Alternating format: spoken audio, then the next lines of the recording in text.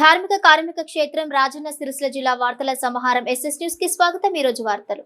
సమాజంలోని ప్రతి వ్యక్తికి సమాచారం తెలుసుకునే హక్కు ఉందని ప్రజా సమాచార అధికారి ఆర్టీఐ పై సంపూర్ణ అవగాహన కలిగి ఉండాలని చట్టాన్ని కట్టుదిట్టంగా అమలు చేయాల్సిన బాధ్యత ప్రతి అధికారిపై ఉందని రాష్ట్ర ప్రధాన సమాచార commissioner doctor G Chandrasekhar Reddy అన్నారు. సమీకృత జిల్లా కలెక్టరేట్ లో సమాచార హక్కు చట్టంపై మంగళవారం నిర్వహించిన అవగాహన కార్యక్రమంలో రాష్ట్ర ప్రధాన సమాచార commissioner doctor G Chandrasekhar Reddy, జిల్లా కలెక్టర్ సందీప్ కుమార్ ఝా, సమాచార హక్కు చట్టం కమిషనర్లు దేశాల భూపాల్, పివి శ్రీనివాసరావు, అయోధ్య రెడ్డి, మెహసినా పర్వీన్లతో కలిసి పాల్గొన్నారు. ఈ సందర్భంగా రాష్ట్ర ప్రధాన సమాచార commissioner doctor G Chandrasekhar Reddy మాట్లాడుతూ, సమాచార హక్కు చట్టం గత కొన్ని రోజులుగా నిర్లిప్తత ఏర్పడినట్లు భావం అందరిలో వచ్చిందని, 2 సంవత్సరాల పాటు ఆర్టీఐ కమిషనర్ నియామకం కాకపోవడంతో 17,000 కేసులు పెండింగ్ లో ఉన్నాయని అన్నారు. పెండింగ్ కేసులను త్వరగా డిస్పోజ్ చేయడంతో పాటు అధికారులలో ఉన్న నిర్లక్ష్యం తొలగించాలనే ఉద్దేశంతో జిల్లాల పర్యటన చేపట్టామని అన్నారు.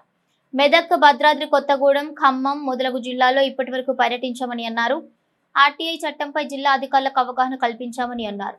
ఇక ప్రతి ప్రభుత్వ కార్యాలయంలో ప్రజా సమాచార అధికారి, మొదటి అప్పిలేట్ అథారిటీ, 2వ అప్పిలేట్ అథారిటీ పేర్లు, ఫోన్ నంబర్లతో కూడిన బోర్డు ఏర్పాటు చేయాలని అన్నారు. 2005 పార్లమెంట్ ఆమోదించిన చట్టం ప్రకారం ప్రభుత్వ కార్యాలయంలో సిటిజన్ చార్ట్ తో పాటు సెక్షన్ 4(1)B వివరాలు ఏర్పాటు చేసి ఎప్పటికప్పుడు అప్డేట్ చేయాలని, అటువంటి అంశాలను అధికారుల దృష్టికి తీసుకొని వస్తున్నామని అన్నారు. సామాన్యుడి చేతిలో వజ్రాయుధం ఆర్టీఐ చట్టమని అన్నారు. సమాజంలో వాచ్ డాగ్ లాగా సమాచార హక్కు చట్టం పనిచేస్తుందని తెలిపారు.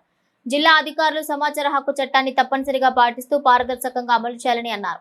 అనంతరం ప్రజా సమాచార అధికారులకు ఆర్టీఐ చట్టం అమలులో ఉన్న సందేహాలను అడిగి నివృత్తి చేసుకున్నారు. అనంతరం సమాచార హక్కు చట్టంకి సంబంధించి జిల్లాలో పెండింగ్ లో ఉన్న 134 కేసులను కమిషన్ సభ్యులు జిల్లా సమీకృత కార్యాలయ భవనంలో పరిష్కరించారు. ఈ కార్యక్రమంలో సిరిసిల్ల, వేములవాడ అదనపు ఎస్పీలు చంద్రయ్య, శేషాద్రిని రెడ్డి, ఆర్టీఓలు వెంకటేశ్వర్లు, రాధాబాయ్, జిల్లాలోని వివిధ ప్రభుత్వ కార్యాలయాల ఫస్ట్ అప్పిలేట్ అధికారులు, పబ్లిక్ ఇన్ఫర్మేషన్ ఆఫీసర్లు, పోలీస్ అధికారులు, సంబంధిత అధికారులు, సిబ్బంది తదితరులు పాల్గొన్నారు.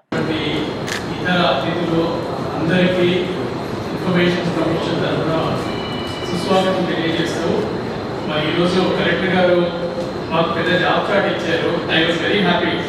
You give 3 job charts for us today. I think one is checklist for 4(1)B. So 4(1)Bలో ఎలా ఉండాలి ఇన్ఫర్మేషన్ అనేది basically is asking for a skeleton so that everyone can follow uniform model. Second is the uniform model orders ఎలా ఉండాలి, PIO ఇచ్చేది కానీ assembly authority ఇచ్చే orders ఎలా ఉండాలి అనేది గైడింగ్ గా ఉంటే ఇంకా కొంచెం బాగుంటుంది పబ్లిక్ ఇన్ఫర్మేషన్ అనేది. 2వ వర్క్ చెప్పారు. 3వ వర్క్ ఏంటంటే ట్రైనింగ్ మోడల్ కూడా డిజైన్ చేసి విత్ కేస్ స్టడీస్. ఈ 3 really challenging position with challenging task. Thank you very much and will take it on. But right now there are certain models for that. Will be sharing that. Coming to సమాచార హక్కు చట్టం, ముఖ్యంగా ఏంటంటే పరిపాలనలో పారదర్శకత ఎలా తీసుకురావాలి అనే సింగిల్ ఉద్దేశాన్ని దృష్టిలో పెట్టుకుని ఈ చట్టం తీసుకురావడం.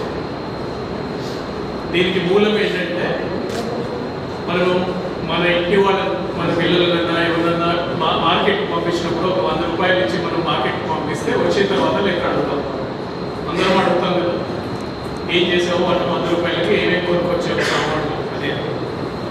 అదేంటి మేరా పైసా మేరా ఇసా, అవునా?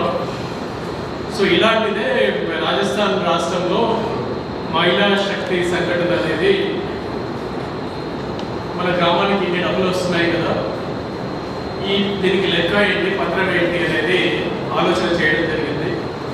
అందులో భాగంగానే హమారా పైసా హమారా ఇసా అనే ఆలోచనతో ఒక ఉద్యమం రూపం దాల్చి దాన్ని అరుణారాయ్ గారి ఆధ్వర్యం సారథ్యంలో ఈ సమాచార హక్కు చట్టం అనేది మనకు 2005వ సంవత్సరంలో తీసుకురాబడింది. మరి ఏంటి సమాచారం ఎవరు ఇవ్వాలి, సమాచారం ఎవరికి ఇవ్వాలి, సమాచారం ఇవ్వకపోతే ఎవరిని బాధ్యత చేయాలి అనేది ఒక చట్ట రూపంలో తీసుకొచ్చి దాన్ని మనకు అందించడం జరిగింది.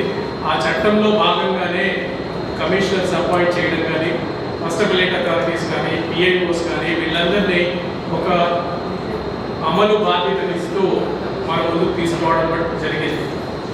సో దీంట్లో మనం ముఖ్యంగా ఆలోచిస్తే ఏంటి అసలు పబ్లిక్ అథారిటీ అంటే ఏంటి, పబ్లిక్ ఆఫీస్ అంటే ఏంటి అనేది వచ్చినప్పుడు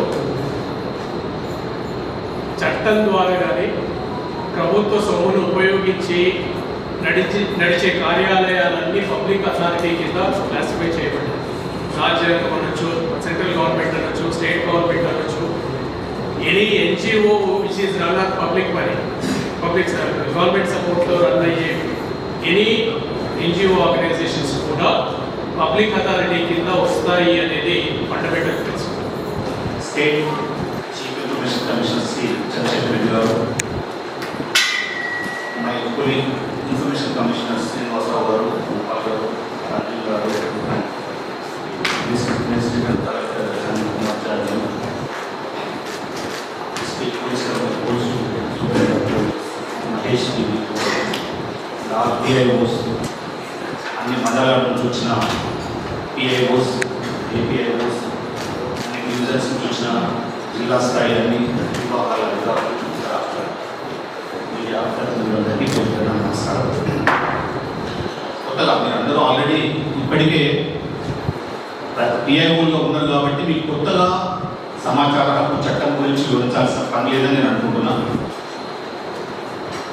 ముఖ్యంగా సమాచార హక్కు అనేది కేవలం అడిగితేనే ఇవ్వాల్సి కూడా కాదు, అడగకుండా కూడా కొన్ని మనం వాలంటరీగా సుమోటో కొన్ని డిస్క్లోజ్ చేయాల్సిన ఇన్ఫర్మేషన్స్ ఉన్నాయి.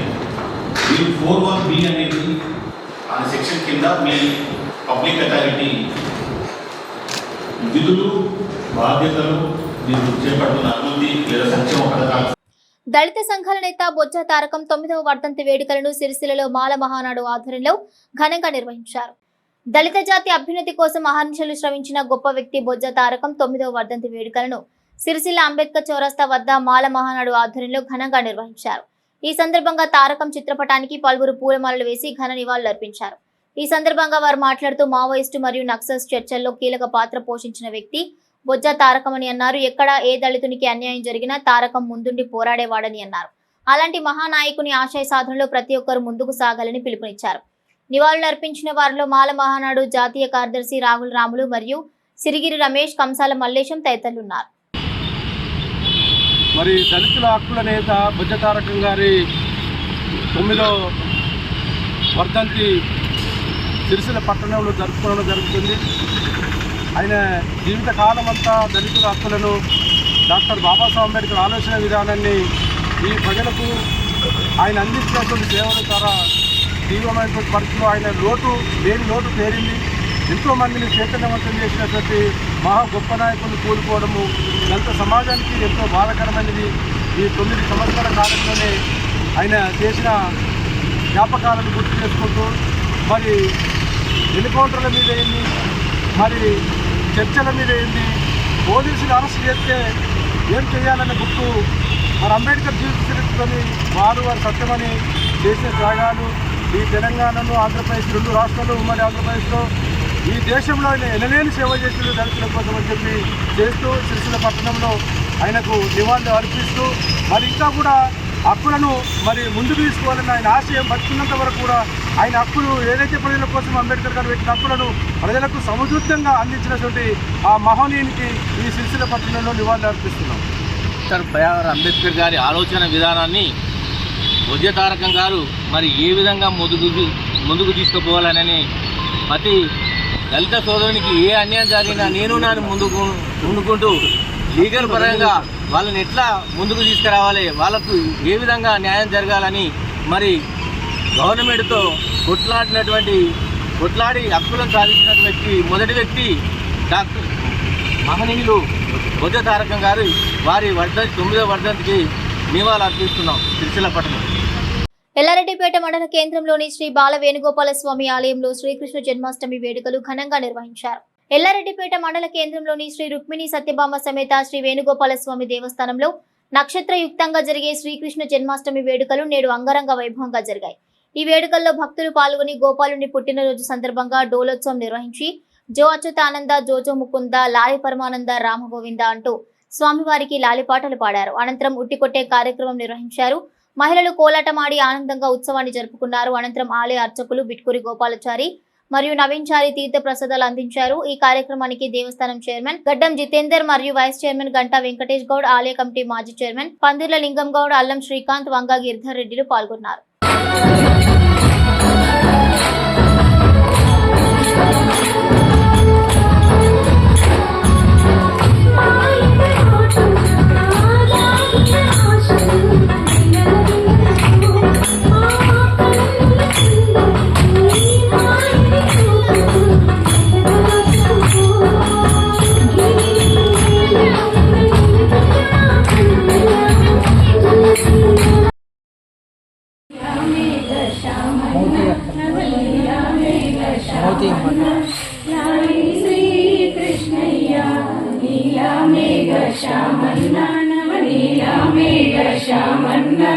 శృంగారించిన మంచి బంగారు ఎలలోన మంచి బంగారు ఎలలోన లాలి శ్రీ కృష్ణయ్య నీలా మేఘ శ్యామన్న నవనీల మేఘ శ్యామన్న అందెలు గజ్జలు గల్లు గల్లు రావయ్య గల్లు గల్లు రావయ్య లాలి శ్రీ కృష్ణయ్య నీలా మేఘ శ్యామన్న నవనీల మేఘ శ్యామన్న పొద్దు చాలను పోయే ఒక ముద్దు నాది గౌర ఒక ముద్దు నాది గౌర లాలి శ్రీ కృష్ణయ్య నీలా మేఘ శ్యామన్న నవనీల మేఘ శ్యామన్న ఇందరిలో నీకు ఎవరు కావాలనయ్యా నీకు ఎవరు కావాలనయ్యా. తెలంగాణ విమోచన దినోత్సవాన్ని అధికారికంగా నిర్వహించాలని కేంద్రం ప్రకటించినప్పటికీ తెలంగాణ రాష్ట్ర ప్రభుత్వం మాత్రం ఎంఐఎంకు తలొగ్గి ఓటు రాజకీయం చేస్తుందని భారతీయ జనతా పార్టీ రాజన్న సిరిసిల్ల జిల్లా అధ్యక్షుడు రెడ్డబోయిన గోపి అన్నారు. ఈ రోజు సిరిసిల్లలో ఏర్పాటు చేసిన విలేకరుల సమావేశంలో రెడ్డబోయిన గోపి మాట్లాడుతూ భారతదేశానికి 1947 ఆగస్టు 15న స్వాతంత్ర్యం వస్తే నిజాం సంస్థానంలో ఉన్న తెలంగాణకు మాత్రం 1949 సెప్టెంబర్ 17న స్వాతంత్ర్యం వచ్చిందన్నారు. నిజాం పరిపాలనలో ఉన్న కాసిం రిజ్వాన్ అఘాయిత్యాలకు తెలంగాణ ప్రజలు బలయ్యారని అన్నారు. కేంద్ర హోంశాఖ మంత్రిగా ఉన్న వల్లభాయ్ పటేల్ ఆపరేషన్ పోలో ద్వారా నిజాం పరిపాలన అంతమొందించి సెప్టెంబర్ 17 నాడు భారతదేశంలో విలీనం చేయడం జరిగిందన్నారు. తెలంగాణ ఏర్పడ్డాక అప్పటి ముఖ్యమంత్రి కేసీఆర్ మరియు ప్రస్తుత ముఖ్యమంత్రి రేవంత్ రెడ్డిలు ఎంఐఎంకు తలొగ్గి సెప్టెంబర్ 17ను అధికారికంగా జరపకుండా ఓటు బ్యాంకు రాజకీయం చేస్తున్నారని రెడ్డబోయిన గోపి ఆరోపించారు. ఇప్పటికైనా ప్రజలంతా చైతన్యవంతులై 17 సెప్టెంబర్ను అధికారికంగా జరిపేలా మరో ఉద్యమానికి సిద్ధం కావాలని గోపి పిలుపునిచ్చారు. ఇక ఈ కార్యక్రమంలో పార్లమెంటు కో కన్వీనర్ ఆడపి రవీందర్, జిల్లా ప్రధాన కార్యదర్శి పొన్నాల తిరుపతి రెడ్డి, జిల్లా ఉపాధ్యక్షురాలు బర్కం లక్ష్మి, బీజేవైఎం జిల్లా అధ్యక్షులు రాగుల రాజురెడ్డి, జిల్లా కార్యదర్శి కర్ణే హరీష, జిల్లా మీడియా కన్వీనర్ కాసుగంటి రాజురావు, జిల్లా కార్యాలయ కార్యదర్శి భాగయ్య, జిల్లా కౌన్సిల్ మెంబర్ నాగుల శ్రీనివాస్ మరియు చందుపట్ల లక్ష్మారెడ్డి, సిరిసిల్ల పట్టణ అధ్యక్షులు దుమాల శ్రీకాంత్, గంభీరావుపేట్, విన్నపల్లి మండల అధ్యక్షులు కోడె రమేష్, లక్పతి నాయకులు పాల్గొన్నారు. 1947 ఆగస్టు 15 తారీఖు నాడు భారతదేశానికి స్వతంత్రం వచ్చిన రోజు. మరి భారతదేశంలో నడిబొడ్డులో ఉన్న నిజాం సంస్థానానికి మాత్రం 1948 సెప్టెంబర్ 17 వరకు స్వాతంత్రం రాలేదు. మరి ఇక్కడున్న ప్రజలందరూ నిజాం నిరంకుశ పాలనలో నలిగిపోతున్నారు. కాసిం రజ్వీ సేనల ద్వారా ఇబ్బంది పడుతున్నారు. వందే మాతరం అంటే అప్పుడు నేరమైంది. భారత్ మాతాకి జై అంటే శిక్షించే పరిస్థితి ఉండే. మరి ఆ రోజు ప్రతి ప్రాంతంలో ఎక్కడనైతే స్వాతంత్రం కోసం తిరుగుబాటు జరిగిందో ఆ ప్రాంతాలలో సామూహిక ఉరివేయడం, అదే రకంగా సామూహిక కాల్పులు, అదే రకంగా తెలంగాణ ప్రాంత మహిళలను నగ్నంగా బతుకమ్మలాడించడం, మరి కార్యక్రమాలన్నీ మనకు భారతదేశానికి స్వతంత్రం వచ్చినాక కూడా సుమారు 16 నెలలు ఏదైతే తెలంగాణ ప్రాంతం, అదే రకంగా మహారాష్ట్ర ప్రాంతం, అదే రకంగా కర్ణాటక ప్రాంతం, 3 ప్రాంతాలలో కలయికగా ఉన్న నిజాం సంస్థానం మాత్రం స్వతంత్రం రాకుండా వాళ్ళ కబంధ హస్తాల్లో నలిగిపోతూ ఉన్నది. మరి దీని గురించి పట్టించుకునే పరిస్థితులు ఎవరు లేకుండే. దాని తర్వాత వల్లభాయ్ పటేల్ గారు ఆపరేషన్ పోలో స్టార్ట్ చేసి మరి ఏదైతే ఈ నిజాం ప్రాంతం ఉందో ఈ సంస్థానాన్ని భారతదేశంలో విలీనం చేయడం కోసం ప్రారంభించిన ఆపరేషన్ పోలో సెప్టెంబర్ 17th నాడు నిజాం రాజు భారతదేశ హోంశాఖ మంత్రి అయిన వల్లభాయ్ పటేల్ గారు చేసిన ఆపరేషన్ పోలోకు తల వంచి ఆ రోజు వారికి లొంగిపోయింది కనుక ఆ రోజు మనకు స్వాతంత్రం సిద్ధించింది. మరి స్వాతంత్రం సిద్ధించినాక కూడా మరి ఆ రోజు విమోచన మనకి ఏదైతే జరిగిందో ఆ విమోచన దినాన్ని అధికారికంగా మనం జరుపుకునే పరిస్థితిలో లేము. స్వాతంత్రం వచ్చిన తర్వాత అయినా కానీ నేడు రానున్న రోజుల్లో తెలంగాణ రాష్ట్రం ఏర్పడ్డాక కానీ అప్పటి ఉద్యమ నాయకుడైన కేసీఆర్ ముఖ్యమంత్రి అయిన తర్వాత కూడా దీన్ని విమోచన దినంగా కాకుండా ఎంఐఎం పార్టీ అసదుద్దీన్ ఓవైసీ పార్టీకి తలొగ్గి దీన్ని జాతీయ సమైక్య దినంగా చేసిండు తప్ప విమోచన దినంగా ప్రకటించలేదు, విమోచన దినాన్ని జరపలేదు. మరి అదే రకంగా ఇప్పుడున్న ప్రభుత్వం కూడా సెప్టెంబర్ 17ను విమోచన దినంగా జరిపే పరిస్థితిలో లేదు. 1998 నుండి భారతీయ జనతా పార్టీ రాష్ట్ర అధ్యక్షుడిగా చెన్నమనేని విద్యాసాగర్ రావు గారు ఉన్న పరిస్థితి నుండి ఈ సెప్టెంబర్ 17ను అధికారికంగా జరపాలని ఒక ఆలోచనతోటి కార్యాచరణ తీసుకొని ముందడుకు వచ్చిన భారతీయ జనతా పార్టీ అదే రకంగా లక్ష్మణ్ గారి ఆధ్వర్యంలో కానీ బండి సంజయ్ కుమార్ గారి ఆధ్వర్యంలో కానీ చాలా కార్యక్రమాలు చేసిర్రు అధికారికంగా విమోచన దినం జరపాలని చెప్పి. ఇక్కడున్న రాష్ట్ర ప్రభుత్వాలు ఓటు బ్యాంకు రాజకీయం చేస్తూ విమోచన దినాన్ని జరిపే పరిస్థితిలో లేదని 2022వ సంవత్సరం సెప్టెంబర్ 17ను కేంద్ర ప్రభుత్వం విమోచన దినంగా ప్రకటించి అప్పటి నుండి ఇక్కడ కార్యక్రమాలు జరపడం స్టార్ట్ అయింది. మరి అప్పటి నుండి ఇప్పటి వరకు కూడా అధికారం ఉన్న పార్టీ లెవెల్ కానీ విమోచన దినాన్ని చేస్తలేదు. అదే దీంట్లో భాగస్వామ్యంగా ఉన్న కర్ణాటక ప్రభుత్వం కానీ మహారాష్ట్ర ప్రభుత్వం కానీ సెప్టెంబర్ 17ను విమోచన దినంగా అధికారికంగా జరుపుతున్నాయి. మరి ప్రజలందరూ చైతన్యం కావాల్సిన అవసరం ఉన్నది, ప్రజలందరూ గుర్తించాల్సిన అవసరం ఉన్నది. ఏదైతే నిరంకుశ పాలనలో మన బతుకులు నాశనం అయిపోయి ఉన్నాయి కనుక ఏదైతే ముస్లిం సంస్థానంగా ఏర్పాటు చేసుకోవాలని ఒక నిశ్చయంతో ఆ రోజు నిజాం ఉండే కానీ దీనికి వ్యతిరేకంగా ఈ రోజున్న ప్రభుత్వాలు కూడా విమోచన దినాన్ని జరపలేకపోతున్నాయి. మనకు స్వతంత్రం వచ్చినా కానీ దాని గురించి చెప్పుకోలేకపోతున్నాం కనుక తప్పకుండా ఈ కార్యక్రమాన్ని అధికారికంగా జరపాలా. ఇప్పుడున్న రామచంద్రరావు గారి అధ్యక్షతన కూడా రానున్న రోజుల్లో సెప్టెంబర్ 17ను అధికారికంగా జరపాలని చెప్పి భారతీయ జనతా పార్టీ డిమాండ్ చేస్తుంది. కనుక తెలంగాణ ప్రాంత ప్రజలందరూ దీనికి గాను ఆలోచించి చైతన్యవంతులుగా ఉండి ప్రభుత్వంలో ఈ సెప్టెంబర్ 17 అధికారికంగా విమోచన దినంగా ప్రకటించేదాకా మన ఉద్యమం కొనసాగించాలని కోరుకుంటూ భారతీయ జనతా పార్టీ ఆధ్వర్యంలో ఎటువంటి పరిస్థితులైనా దీనికోసం మేము పోరాటం చేస్తామని పత్రికాముఖంగా తెలియజేస్తూ దీనికోసం ప్రజలందరూ భారతీయ జనతా పార్టీతో కలిసి ముందుకు రావాలని కోరుకుంటున్నాం. ఎల్లారెడ్డిపేట మండలంలోని రాచర్ల గొల్లపల్లి ప్రధాన రహదారిపై సివిల్ ప్రొటెక్షన్ లీగల్ సర్వీస్ జిల్లా చైర్మన్ మహమ్మద్ లాలా మరియు సురేందర్ ఆధ్వర్యంలో గుంతలు పూడ్చే కార్యక్రమానికి శ్రీకారం చుట్టారు. ఎల్లారెడ్డిపేట మండలం రాచర్ల గొల్లపల్లి బస్టాండ్ ఆవరణలోని సివిల్ ప్రొటెక్షన్ లీగల్ సర్వీసెస్ జిల్లా చైర్మన్ మహమ్మద్ లాలా మరియు సురేందర్ ఆధ్వర్యంలోని రాచర్ల గొల్లపల్లి బస్టాండ్ లో ఉన్నటువంటి కామారెడ్డి సిరిసిల్ల ప్రధాన రహదారిపై ఉన్నటువంటి గుంతలను పూడ్చివేయడం జరిగింది. మహమ్మద్ లాలా తన వంతు సహాయంగా సిమెంట్ బ్యాగును మరియు కంకర ఇసుక ఇవ్వడం జరిగింది. మరియు వీరితో పాటు సిపిఎం పార్టీ మండల అధ్యక్షులు గొర్రె మల్లేశం మరియు మండల పారిశుద్ధ్య కార్మికులు నారాపురం నర్సయ్య, ఎంఆర్పీఎస్ గ్రామ శాఖ అధ్యక్షులు అందే శామ్యుయల్, సిపిఎం పార్టీ ఉపాధ్యక్షులు పిట్ల ఎల్లయ్య, సాగర్, పెండల లక్ష్మణ్ వీరితో పాటు అమాలి కార్మికులు పాల్గొన్నారు.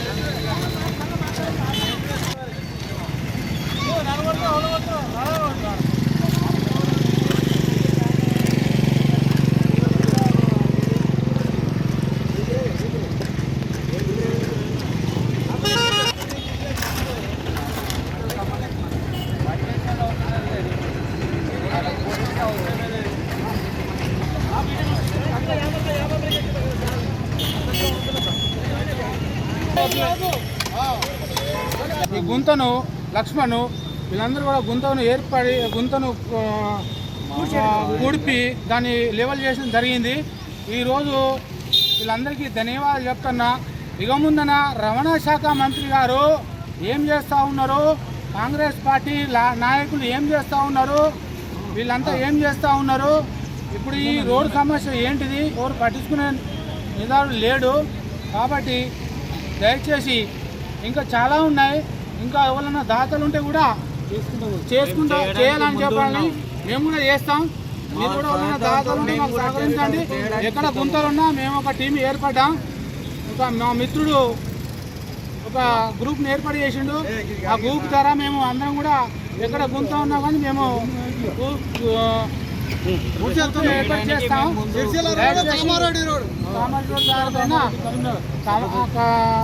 CI2 పక్షాన కార్మికుల పక్షాన మేము ఇలా ఈ గుంతను కూర్చోవడం జరిగింది. లాలాబాయి పక్షాన కార్మికుల పక్షాన కూర్చోవడం జరిగింది.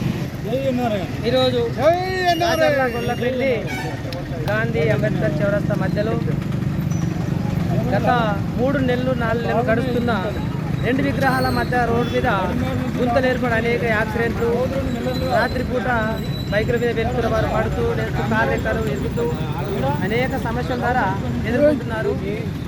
మరి ప్రభుత్వం చూస్తుంది, రోడ్డు మీద నాయకులు చూస్తున్నారు, కాంగ్రెస్ ప్రభుత్వం చూస్తుంది, టీఆర్ఎస్ ప్రభుత్వం చూస్తుంది, బీజేపీ చూస్తున్నారు. వాళ్ళ రాజకీయాల కొరకే మాట్లాడుతున్నారు తప్ప కానీ మరి రోడ్డు మీద పూర్తి యొక్క గుంతలు ఏర్పడి అనేక దెబ్బలు జరిగి కాళ్ళు రేఖలు ఇంటి కూడా దాస్తుంది.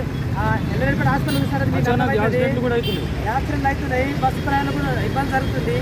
దీన్ని మరి మా అమలు సంఘం వారు మరి ఎట్లయితే ఎవరితోనైతే బాగుంటుందని ఒక చిన్న సమస్యను మన NRI మరి నాయకుడు అటువంటి లాలబాయి గారి దృష్టికి తీసుకుపోగానే అయ్యో ఆయన కనికరపడి మానవ దృష్టితో మరి ఒక సిమెంట్ సంచి, ఒక 5 పక్కల ఉష్క కంకర తెప్పించి మరి ఈ 2 ఈ గుంతలు పూడ్చేయడం జరిగింది.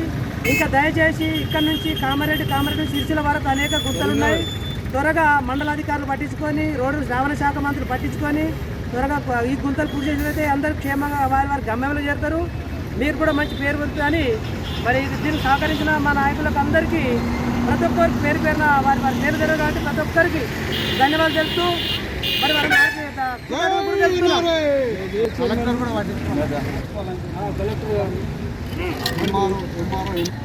ఈరోజు రాచర్ల గొల్లపల్లి గ్రామంలో ప్రధాన రహదారి గ్రామం బస్టాండ్లో గుంత ఏర్పడడం జరిగింది. దీనితో ప్రయాణికులు చాలా ఇబ్బందులకు గురి అవుతున్నారు.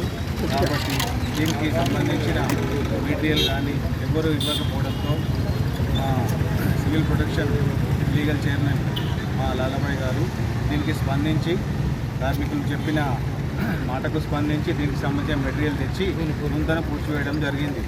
మాల మహానాడు జిల్లా విస్తృత స్థాయి సమావేశం పెద్దూరులోని ఓ ఫంక్షన్ హాల్లో నిర్వహించారు. కార్యక్రమానికి ముఖ్య అతిథిగా మాల మహానాడు రాష్ట్ర అధ్యక్షులు పిల్లి సుధాకర్ హాజరై మాట్లాడారు. ఏబిసిడి వర్గీకరణ ద్వారా మాలలు తీవ్రంగా నష్టపోతున్నారని అన్నారు. రాష్ట్ర ప్రభుత్వం మరోమారు పునరాలోచించి వర్గీకరణ చట్టాన్ని సవరించాలని కోరారు. లేని పక్షంలో న్యాయ పోరాటాలకు సిద్ధంగా ఉంటామని స్పష్టం చేశారు. కార్యక్రమంలో భాగంగా రాజన్న సిరిసిల్ల జిల్లా కమిటీని ఎన్నుకున్నారు. అధ్యక్షుడిగా నీరటి శ్రీనివాస్, వర్కింగ్ ప్రెసిడెంట్ మంగ కిరణ్, ఉపాధ్యక్షుడిగా మూల కిషోర్, వంకాయల మహేష్, ప్రధాన కార్యదర్శిగా గూడబాబు, సిరిసిల్ల నియోజకవర్గ ఇన్ఛార్జిగా ఎట్ల రాజ్ కుమార్, వేములవాడ నియోజకవర్గ ఇన్ఛార్జిగా బత్తుల కమలాకర్లను ఏకగ్రీవంగా ఎన్నుకున్నారు. ఈ కార్యక్రమంలో 12 మండలాల అధ్యక్ష కార్యదర్శులు, ప్రతినిధులు హాజరయ్యారు. తెలంగాణ రాష్ట్ర ప్రభుత్వం మాలల పట్ల సరితల్లి ప్రేమ చూపిస్తూ ఎంపరికల్ డేటా లేకుండా అశాస్త్రీయంగా ఎస్సీ వర్గీకరణ చేపట్టడమే కాకుండా ఏప్రిల్ 14, 2020 రోజున జీవో నెంబర్ 99 అంటే రోస్టర్ విధానాన్ని తీసుకురావడం జరిగింది. ఈ రోస్టర్ విధానం వల్ల మాలలు అంటే గ్రూప్ 3లో ఉన్నటువంటి మాలలు, మాల ఉప కులాలు అయినటువంటి 26 కులాలు ఏవైతున్నాయో తీవ్రంగా నష్టపోతున్నటువంటి సందర్భంలో ఇటీవల జరిగినటువంటి యూనివర్సిటీల్లో కౌన్సిలింగ్ కావచ్చు, మెడికల్ సీట్లు కావచ్చు, అదేవిధంగా ఇతర డెంటల్ సీట్లు కావచ్చు, ఇంజనీరింగ్ అన్ని రకాల సీట్లలో విద్యార్థులు మొత్తం కూడా తీవ్రంగా నష్టపోతారు. అంటే 30 సీట్లు శాతం సీట్లో గెస్ట్ లెక్చర్ పోస్ట్ ఉంటే ఒక్క పోస్టు కూడా SC3 గ్రూప్కు లేకపోవడమే ఈ జీవో నెంబర్ 99 యొక్క కుట్ర స్పష్టంగా ఆధారపూర్వకంగా అర్థమవుతున్న విషయాన్ని మేము చెప్తా ఉన్నాం. కాబట్టి ముఖ్యమంత్రి గారికి, రాష్ట్ర ప్రభుత్వంలో ఉన్న పెద్దలకు, శాసనసభ్యులకు, శాసన మండలి సభ్యులకు, మంత్రులకు, డిప్యూటీ సీఎం గారికి మాలమాలడుగా మేము డిమాండ్ చేస్తున్నాం, విజ్ఞప్తి చేస్తున్నాం. అయ్యా, ఈ రోస్టర్ విధానం వల్ల తీవ్రంగా మాలలు, మాల ఉపకులాలు మొత్తం నష్టపోతున్నాయి కాబట్టి దాన్ని సవరించి రోస్టర్ 20 పాయింట్ల కంటే ముందే 2 పాయింట్లను మాలలకు అంటే గ్రూప్ 3కి, షెడ్యూల్ గ్రూప్ 3కి కేటాయించాలని చెప్పి మేము ప్రధానంగా డిమాండ్ చేస్తాను. ఆ రకంగా కూడా గౌరవ ముఖ్యమంత్రి గారు కూడా కలవడానికి కూడా మేము సిద్ధంగా ఉన్నామని చెప్పి కూడా వారి అపాయింట్మెంట్ కూడా కోరడం జరిగిందని చెప్పి ఈ సందర్భంగా తెలియజేస్తూనే మరొక అంశం ఏంటంటే ఈ యొక్క ఉమ్మడి అంశాలు ఏవైతున్నాయో ఈ 15% ఉన్న రిజర్వేషన్ శాతాన్ని 20% పెంచాలని చెప్పి, అదేవిధంగా ప్రైవేట్ రంగంలో రిజర్వేషన్లు ఏర్పాటు చేయాలని చెప్పి, అంతేకాకుండా ఎస్సీ ఎస్టీ అట్రాసిటీ చట్టాన్ని పకడ్బందీగా అంటే ఇప్పుడు ముందస్తు బెయిల్ ఇస్తూ ఆ యొక్క చట్టాన్ని మొత్తం నిర్ణయం చేస్తారు, దాన్ని పకడ్బందీగా అమలు చేయాలని చెప్పి, దాంతోపాటు రాజ్యాంగాన్ని పరిరక్షించాలి, రాజ్యాంగ రక్షణ చేయాలని చెప్పి కోరుతూ రేపు అంటే నవంబర్ 26వ తేదీన రాజ్యాంగాన్ని ఆమోదించిన దినోత్సవం రోజు అంటే రాజ్యాంగ దినోత్సవం రోజున జాతీయ మానవాళిగా మేము చెలో ఢిల్లీకి పిలుపునిస్తూ ఉన్నాం. దీనికి పెద్ద ఎత్తున కూడా ఢిల్లీకి పెద్దలందరూ కూడా తల్లి రావాలని చెప్పి కూడా ఈ 2 అంశాలని స్పష్టంగా మీ ముందు ఉంచుతూ సిరిసిల్ల కేంద్రంగా జరుగుతున్న సమావేశంలో తెలియజేస్తూ, దానితోపాటు జిల్లా అధ్యక్షులుగా సిరిసిల్లకు వీరెడ్డి శ్రీనివాస్ గారిని, ప్రధాన కార్యదర్శిగా బాబు గారిని, వర్కింగ్ ప్రెసిడెంట్గా కిరణ్ గారిని, ఉపాధ్యక్షులుగా కిషోర్ గారిని, ఇతరులను కూడా మేము ఎన్నుకోవడం జరిగింది. నియోజకవర్గ ఇన్ఛార్జీలుగా వేములవాడకు కమలాకరణను, అదేవిధంగా సిరిసిల్లకు రాజ్కుమార్ గారు కూడా మేము ప్రకటిస్తున్నామని చెప్పి ఈ సందర్భంగా తెలియజేస్తూ, సిరిసిల్ల అంబేద్కర్ సంఘాల ఆధ్వర్యంలో రాష్ట్ర ఎస్సీ ఎస్టీ మైనారిటీ సంక్షేమ శాఖ మంత్రి అట్లూరి లక్ష్మణ్ కుమార్ కు ఆత్మీయ సన్మాన కార్యక్రమాన్ని ఘనంగా నిర్వహించారు. రాజన్న సిరిసిల్ల జిల్లా అంబేద్కర్ సంఘాలు మరియు మాదిగల ఆధ్వర్యంలో నూతనంగా రాష్ట్ర ఎస్సీ ఎస్టీ మైనారిటీ శాఖ మంత్రిగా బాధ్యతలు స్వీకరించిన అట్లూరి లక్ష్మణ్ కుమార్ కు ఆత్మీయ సన్మాన కార్యక్రమాన్ని నిర్వహించారు. సిరిసిల్లకే కన్వెన్షన్ హాల్ ఈ కార్యక్రమం ఘనంగా నిర్వహించారు. మొదటగా సిరిసిల్ల పట్టణంలోని అంబేద్కర్ విగ్రహానికి పూలమాలలు వేసి షాప్ నుంచి అక్కడి నుంచి కొండా లక్ష్మణ్ బాపూజీ విగ్రహానికి పూలమాల వేసి ర్యాలీగా ఫంక్షన్ హాల్ కు చేరుకున్నారు. అనంతరం అట్లూరి లక్ష్మణ్ కుమార్ ను పలువురు పూలమాలలు, శాలువలతో ఘనంగా సత్కరించారు. అనంతరం పలువురు నేతలు మాదిగ ఉపకులాలకు జరుగుతున్న అన్యాయాలను మంత్రి దృష్టికి తీసుకెళ్లారు. ఎస్సీ వర్గీకరణ చేపట్టడం చారిత్రాత్మక నిర్ణయమని, దేశంలో ఏ ముఖ్యమంత్రి చేయని వర్గీకరణకు చట్టబద్ధత కల్పిస్తూ కేంద్రానికి పంపించినట్టు తెలిపారు. ఈ కార్యక్రమంలో అంబేద్కర్ సంఘాల అధ్యక్షుడు కత్తెర దేవదాస్, అంకని భాను, కొట్టపల్లి సుధాకర్, ఖానాపురం లక్ష్మణ్, ఆకునూరు బాలరాజు, చొప్పదండి ప్రకాష్, నాగుల సత్యనారాయణ గౌడ్, వెలుముల స్వరూప తదితరులు పాల్గొన్నారు. జిల్లా తరపున జాతి తరపు మన యొక్క ప్రణామములు, ప్రత్యేకమైనటువంటి జైబీములు.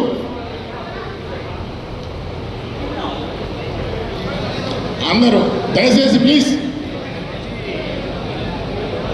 రమేష్ కిందికి పోగలని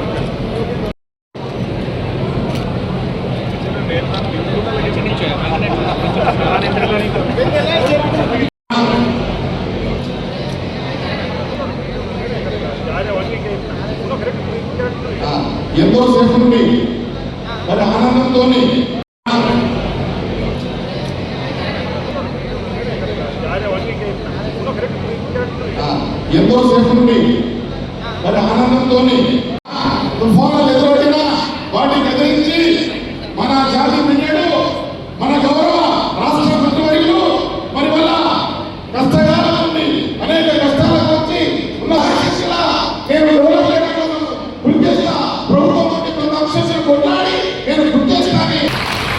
అదే రకంగా ఒక న్యాయవాది నోనన్న మన రక్త బాంధవులు కూడా మనం ఒకసారి అదే రకంగా వేదిక ఉన్నటువంటి మన అన్నగారు నాగుల సత్తన్న గారు పేరున వారికి ధన్యవాదాలు తెలుపుకుంటూ 1946 నుంచి 49 జరిగినటువంటి తెలంగాణ సాయుధ పోరాటం రచించి చివరి దాకా కఠిన చరిత్రతో మరి అనుభవించి జరగడం జరిగింది. ఈ వార్తలు ఇంతటితో సమాప్తం. తిరిగి ప్రసారమయ్యే SS న్యూస్ లో కలుసుకుందాం. అంతవరకు సెలవు. నమస్కారం.